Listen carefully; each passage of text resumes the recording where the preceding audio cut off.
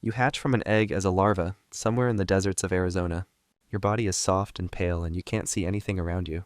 But within seconds, workers surround you, tapping their antennae across your skin as they check you over. Then one grabs you with her mandibles and lifts you off the ground, carrying you through a narrow tunnel that curves downward into complete darkness.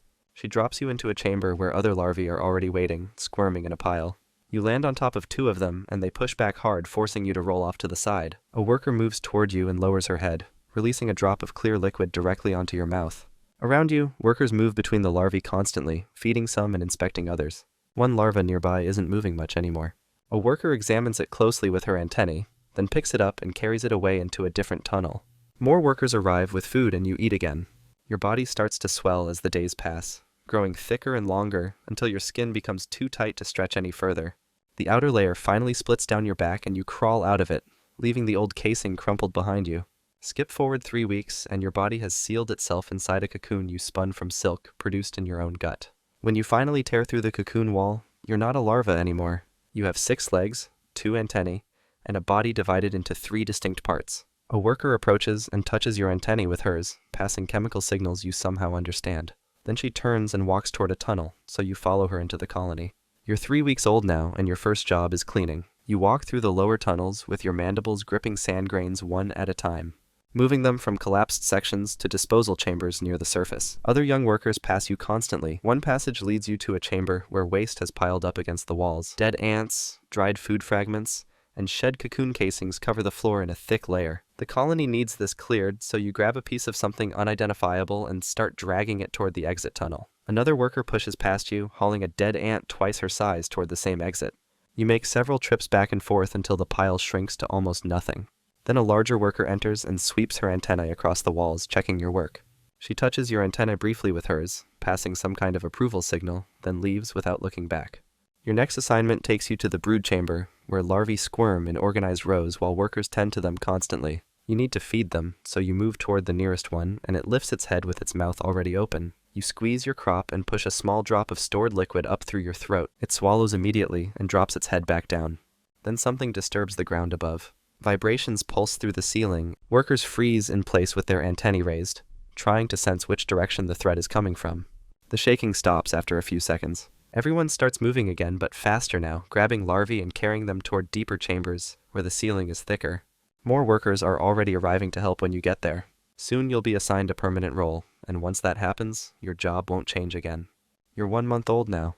A large worker moves toward you in the main chamber and touches your antennae with hers, holding contact longer than she normally would. Then she releases you and starts walking toward a tunnel that slopes downward into the deepest part of the nest, so you follow her. The passage narrows as you go deeper, then it opens into a massive chamber with a domed ceiling that stretches high above you. Dozens of ants hang upside down from the surface with their abdomens swollen to the size of grapes. These are repletes, living storage units for the colony's food reserves. The worker leads you to an empty spot on the ceiling and climbs up beside another replete, then touches your antennae again. You understand what she wants. This is your new role. So you climb onto the ceiling and lock your claws into the rough surface. Then another worker comes up from below and touches your mouth with hers, releasing liquid directly into it. You swallow and your crop starts to expand inside your abdomen. She feeds you again, then again, pushing more liquid in each time. Your abdomen stretches outward as the fluid fills every available space inside you. You're twice your original size now, then 3 times. You hang there with your legs straining to hold the new weight. Around you, other repletes are in different stages of fullness. Some are massive with abdomens bulging like water balloons ready to burst. One nearby is smaller and probably just started like you. You're a replete now. You won't leave this chamber again, and your abdomen will only get bigger from here. Skip forward a bit, and you're 3 months old now. Your abdomen has swollen to the size of a small berry. Workers come regularly to feed you more, and every time they do, you accept it and grow larger with each deposit. But today, something different happens. A worker climbs up to you and touches your antennae with hers, then taps your mouth repeatedly instead of feeding you. The colony needs food back, so you contract the muscles around your crop and push a small amount of liquid up through your throat. She drinks it quickly and leaves. Then another worker arrives a minute later and requests the same thing. A line forms below you as more workers climb up to withdraw food from the repletes hanging around you. Days pass and workers stop coming to deposit food. They only arrive to take from you now, draining your reserves little by little. Your abdomen shrinks slowly as you give away what you've been storing. Around you, the other repletes are getting smaller too. The massive one hanging nearby is visibly reduced in size now. The workers are emptying the reserves because something is wrong in the world above. There isn't enough food coming into the colony anymore. Then one day, a worker climbs up and feeds you again instead of taking from you. Your abdomen expands slightly as the liquid flows back in. The shortage is over, at least for now. You're 7 months old now, and your abdomen is the largest it's ever been. Your legs ache from holding the weight constantly. But you stay locked in place because there's nothing else you can do. You're too heavy to walk anymore, and your body is stuck here permanently. Then a thin crack appears in the ceiling above you. Sand starts trickling down through the split, falling past your face and hitting the floor below. You can feel vibrations through the surface, something massive moving on the ground above and pressing down on the nest. The crack widens, and more sand pours through. Then chunks of dried earth break free and drop past you. More cracks spread outward like branches. Workers scatter in every direction, running toward the exit tunnels as fast as they can move. Some try to climb up to help, but there's nothing they can do for you because you're anchored in place by your own weight. A large section of ceiling collapses completely. 2 repletes fall with it, their swollen bodies hitting the floor hard and rupturing on impact. Golden liquid sprays across the ground in every direction.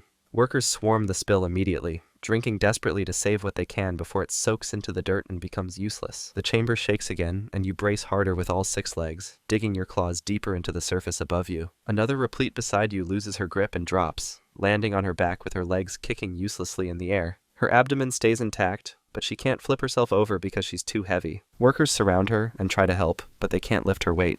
The shaking finally stops. Dust hangs in the air, and everything goes quiet except for the workers below drinking from the spilled liquid. Next time something shakes the nest, you might fall too. Skip forward and you're 10 months old now. The chamber has been quiet for days with only a few workers coming to deposit or withdraw food. Then a chemical signal floods through the air, spreading so fast every ant in the chamber reacts at once. It's danger. Invaders are coming. Workers pour into the chamber from the upper tunnels, moving in frantic patterns as they prepare to defend. Some climb toward you and the other repletes, forming defensive positions on the ceiling and walls around you. Army ants flood through the entrance tunnel in a solid wave, their bodies smaller and darker than your nestmates. They don't slow down or hesitate, they just swarm across the floor and start climbing immediately. Your workers meet them at the walls and fighting breaks out everywhere. One army ant breaks through the defensive line and climbs directly toward you. A worker intercepts it halfway, grabbing its head with her mandibles and pulling it away from the ceiling. They fall together and hit the ground hard. Then neither of them moves again. One moves toward a replete 3 spots away from you and bites into her abdomen, puncturing the membrane. Liquid sprays out as she deflates, spilling her entire reserve onto the floor below. Then the army ants suddenly retreat, pulling back through the entrance tunnel and carrying whatever food and larvae they manage to grab with them. Your workers don't chase them. They regroup around the chamber instead, checking for more threats with their antennae raised. You're 1 year old now and the colony is starving. Workers arrive constantly, tapping your antennae and requesting food from you. The colony needs everything you have, so you give them what you can, pushing small amounts of liquid up through your throat and into their mouths. You feed 10 workers, then 15, then more than you can count as they keep coming back. Days pass and the requests don't stop. The pressure inside you releases as your segments pull closer together, and you get smaller and smaller with each withdrawal. You're half the size you were a month ago now. Around you, the other repletes are shrinking too. The reserves are running out because there's nothing growing above ground anymore. Then a worker climbs up to you, but she doesn't request food. Instead, she grabs one of your legs and pulls hard, trying to rip you free from the ceiling. You fall and hit the ground, landing on your side. The impact doesn't hurt, but everything feels wrong because you haven't moved from that spot in over 10 months. Your legs are weak and shaky, but they still work, so you start walking. They lead you through passages you haven't seen since you were young. The tunnel opens into a staging area where other ants are preparing to leave the nest. You join them and wait. You're not a replete anymore. The colony drained you because they need workers who can move, and now you're going above ground where almost nothing is left to find. Skip forward a bit, and you're 1 year and 1 month old now. You've been foraging for 3 weeks and found almost nothing worth bringing back. The desert surface is mostly dirt and dried plant stems with very little food anywhere. Today you walk farther than usual. You pass 2 workers heading back to the nest with their mandibles empty, so they didn't find anything either. Then you spot something ahead. A dead beetle lying on its back with its legs curled inward. It's not fresh, but it's still food, so you move toward it carefully and check the area around it for threats. Nothing else is moving nearby. You need to bring this back to the colony, so you grab one of the beetle's legs with your mandibles and start dragging it backward toward home. Then a shadow passes over you. You freeze in place and stop moving completely. The shadow circles once and gets larger as it comes back around. It lands a few body lengths away with its head tilted to one side, watching you closely. You stay frozen and don't release the beetle. The bird hops 1 step closer, then another. It lunges forward, and its beak stabs down, catching you across the middle of your body and lifting you into the air. The bird adjusts its grip and squeezes tighter, crushing your body between its beak. Something inside you breaks and your legs stop moving. The bird opens its beak and you fall. You hit a rock and don't move again. By tomorrow you'll be dried out completely. Just another piece of food for whatever finds you next. Life as a honeypot ant might be rough, but there's another animal out there that has it way worse. Trust me, it's wild. Check out the video and see for yourself.